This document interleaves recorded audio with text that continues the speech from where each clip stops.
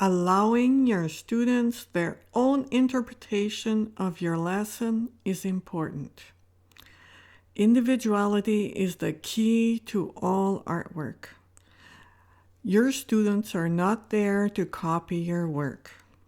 They're there to learn techniques in order to create their own work. Sometimes getting the students to accept individuality is a stumbling block. Somewhere in their past, they came up with the idea that all artwork should look the same, and it doesn't. Rarely can somebody copy another person's work completely and exactly. Our own individuality doesn't allow us that.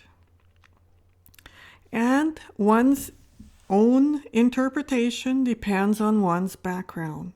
All our work is related to our personal history and our everyday experience. And as you know, we're all different. So how do you show that individuality? You can allow them different colors.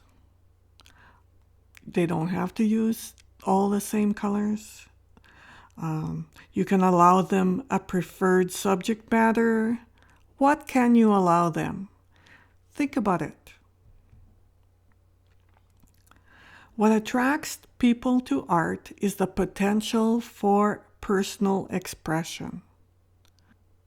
Artists are people that speak with pictures and colors. Their visual, as I call it, is their voice.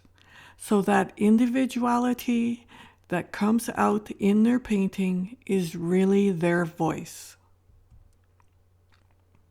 Here's your task. List 2 ways you can allow your students to stand out and show their individuality. Do this now, and we'll see you in the next section.